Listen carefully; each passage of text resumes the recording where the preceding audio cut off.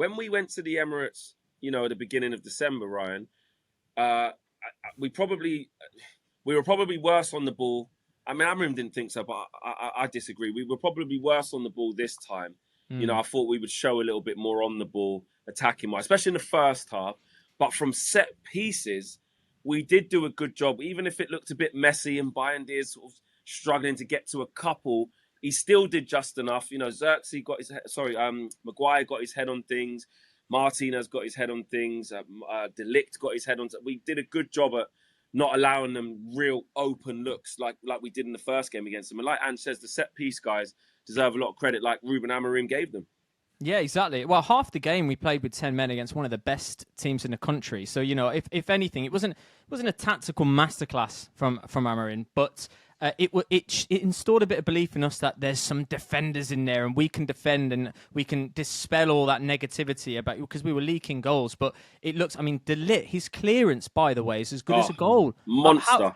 When you see the stills of that, you look and you think, how am I going to tell my kids that didn't go in? Do you know what I mean? Like it was incredible. Them pictures of him mangled in the net and just exactly. Screaming to the United fans, "Come on!"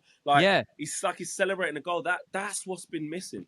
Exactly. It made us believe. It made us feel again that game, didn't it? It made us feel we've been dead for ages behind the eyes, and now it made us feel again. But what Ange, just on the back of what Ange said about the penalties, even just in recent history, 3 out of 4 shootouts won now. Between April 2009 and Feb 2022, we won 1 out of 8.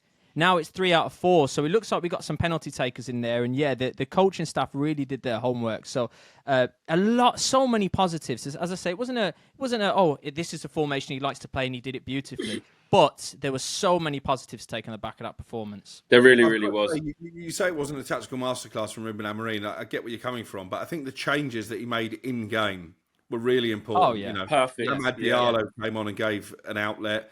And actually, it's gone under the radar because ultimately United have won the game. Didn't think Rasmus Højlund was great in terms of holding the ball up. Nothing was sticking up to him. But when Xerxes came on, that changed. I think sometimes Xerxes takes so long to get his feet sorted out that he doesn't know what he's going to do with the ball, let alone the defenders, and it bamboozles them. But he did give an outlet that maybe Højlund didn't. I do think Højlund looks like he's struggling for confidence at the moment. Yeah, I 100% agree with that. There was no hold-up play. Again, just wanted to just wrestle with defenders, and you kind of felt that before the game. And Xerxes' impact was absolutely brilliant. He gave those Arsenal defenders something different to think about. He was the physical presence and the glue up front that you need, especially having 10 men. And that chance as well that he forces a save from David Raya, where David Raya gets wrong-footed, he has to go back towards his near post and turn it round. For a corner kick was a big chance as well, and then he scores the winning penalty, so massive for him. Let's talk transfers. Let's talk transfers now. There's a lot going on. Let's talk about Marcus Rashford, Crookie.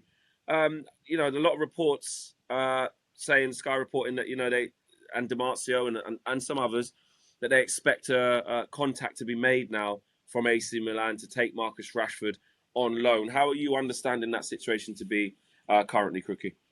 Yeah, I think there's still talks with 1 or 2 European clubs. Obviously, Barcelona came to the table late last week, as we maybe expected them to. But speaking of Terry Gibson, Spanish football expert, on another podcast this morning, he didn't really see where Rashford fits in at Barcelona. They've got so many good wide players already, and also financially, they're always wrestling with disaster, it seems. So I think AC Milan are in the box seat. I think they're the most advanced. They're the team who are going to make the first formal approach, as I understand it, to Manchester United. It will only be a loan deal, probably a straight loan, so no sort of option or obligation to buy. And I think the key to this is the percentage of wages they're willing to pay.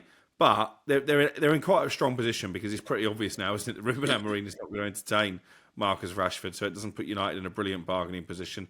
So I'd imagine if they can get a 50-50 split even, and I think that might be too high from a Milan perspective, I think United would be pleased about that. And I think the sooner this situation reaches a positive conclusion in terms of Rashford going out is better for all concerned. Having said that, we're not now going into every game or coming out of every game talking about Marcus Rashford, are we? He's almost just sort of becoming less of a story now, isn't it? Exactly, because results are positive and performances are justifying Amorim's ruthless decision when it comes to Marcus Rashford.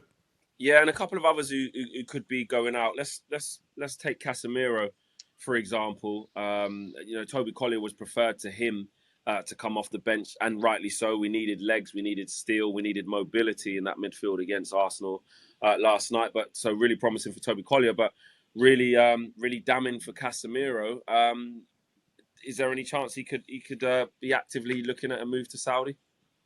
Yeah, I think so.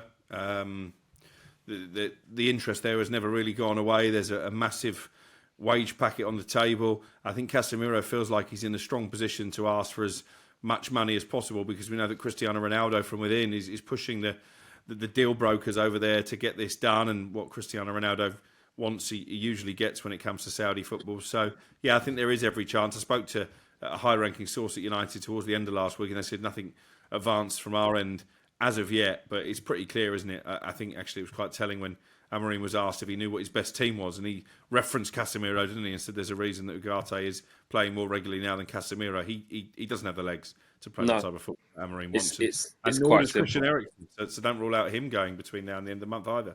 Yeah, and what about Anthony? Some apparent interest in Greece and some others. Any chance that he secures a loan on a short-term deal to the end of the season to get some football, and Man United can clear some of the wages and begin that sort of exit process for him? I think they'd love to. There's certainly been interest from Olympiacos, but he doesn't seem too keen to make that move. There was talk of a potential return to Brazil or even his old club Ajax, but it's gone very quiet on the Anthony front at this moment in time.